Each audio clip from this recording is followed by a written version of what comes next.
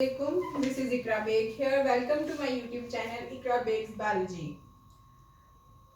We are concerned with 10th biology today. We were discussing chapter number 10 that involves gaseous exchange, and we were discussing some respiratory disorders.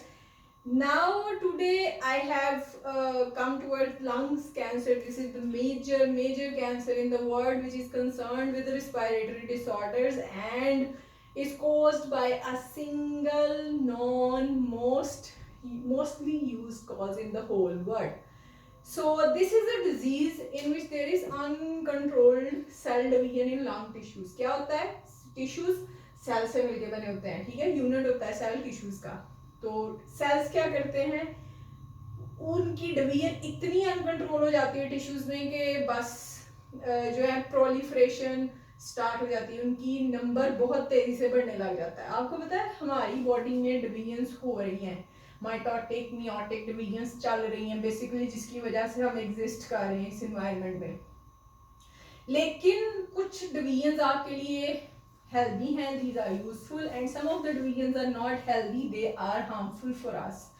So basically this is one of the uncontrolled divisions जिसके ऊपर आपकी body का कोई control ही नहीं रहता, वो अपनी मर्जी से सेल प्रोलिफरेट अपने नंबर को बढ़ाए चले जा रहा है. तो इट मीन्स कि it is harmful for your body. तो क्या होता है, वो रिजल्ट करता है ट्यूमर में. जो अनकंट्रोल सेल डिवीजन थी उससे ट्यूमर बन जाता है, उससे जो है कैंसर का फोड़ा बन जाता है. सेलुलर ग्रोथ में invade adjacent tissues beyond lungs.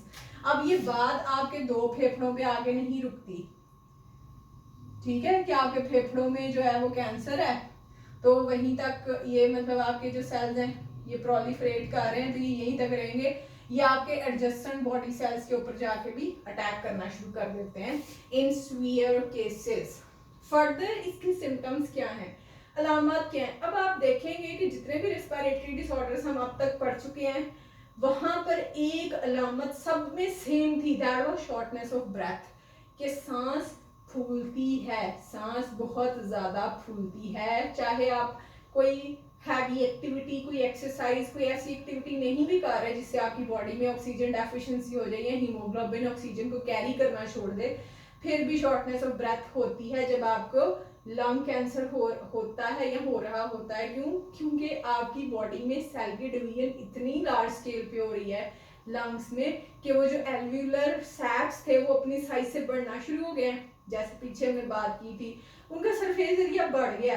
Surface area जब बढ़ गया तो हमें ज्यादा एयर चाहिए थी फिक्सेशन के लिए, लेकिन लंग्स तो उतनी उठाएंगे जितना ट्रैकिया पीछे से अफोर्ड करेगा. ठीक. फर्दर कफ, खांसी होती है और इस खांसी में बाज़-औक़ात खून भी आता है, विद ब्लड आती, क्योंकि डिवीजन हो रही होती है सेल्स की. फर्दर वेट लॉस, आपका जो वजन है वो बड़ी तेजी से गिर रहा होता है. अगर ऐसा कुछ भी हो तो you should get alarm and go to your doctor for checkup. Further causes, वजूहात क्या हैं बेसिकली इसकी, कार्सिनोजेंस. हम क्या करते हैं, अपनी बॉडी में खुद कैंसर कॉजिंग एजेंट्स डाल रहे हैं, उन्हें कार्सिनोजेंस कहते हैं. और इसमें सबसे पहला नाम निकोटीन का आता है, ठीक है, जो आप बहुत हैवी अमाउंट में स्मोकिंग के थ्रू लेते हैं. आयनाइजिंग रेडिएशंस, अब आप किसी ऐसी जगह गए जहां पर अनहेल्दी रेडिएशंस जो है वो निकल रही थी, ठीक है, तो आपके लिए वो भी नुकसानदेह, वो भी आपके लंग्स को जो है नुकसान पहुंचा सकती हैं. क्यों? क्योंकि आयनाइजिंग रेडिएशंस आपकी बॉडी में पेनिट्रेट कर जाती हैं. कोई वायरस भी अटैक कर सकता है जिसकी वजह से क्या होता है, मल्टीपल डिवीजन स्टार्ट हो जाती है.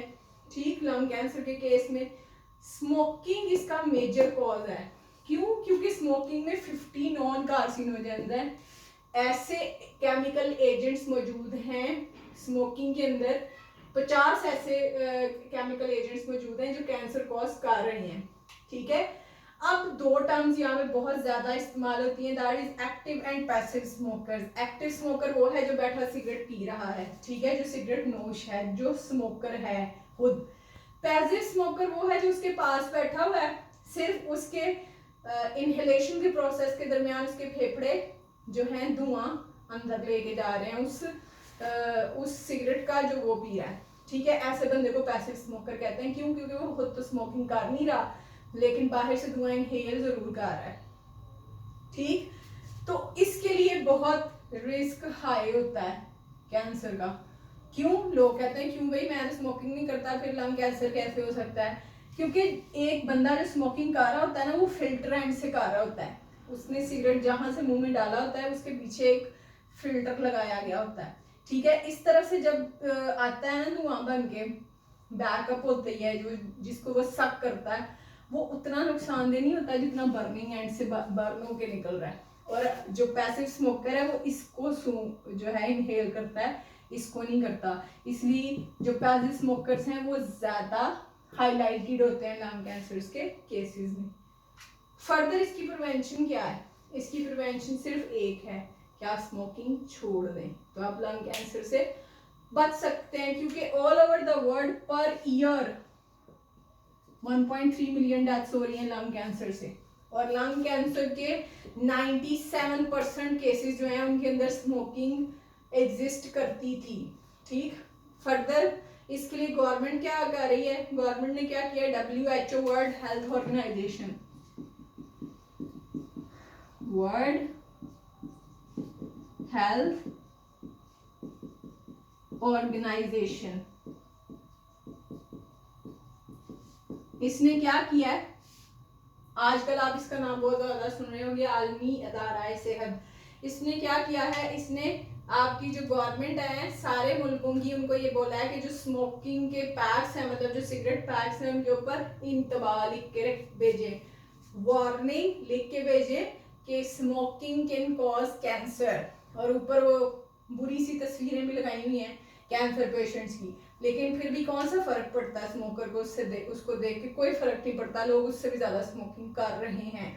फिर गवर्नमेंट ऑफ पाकिस्तान ने एक जो है काम किया था कि अंडर 18 जो है अपने किसी बच्चे को सिगरेट या वो जो स्मोकिंग पैक है वो नहीं देना, लेकिन वो फिर भी लीगली दिए जाते हैं। तो basically there should be a way out कि आप टोबैको को या तो टोटली बैन करें, ठीक है, या फिर you should get into any kind of policy जो कि लोगों को इस आदत से छुड़वा सके। So basically smoking is not good for health. It is injurious to the level it can cause you cancer and it can engulf your life in a matter of days or weeks.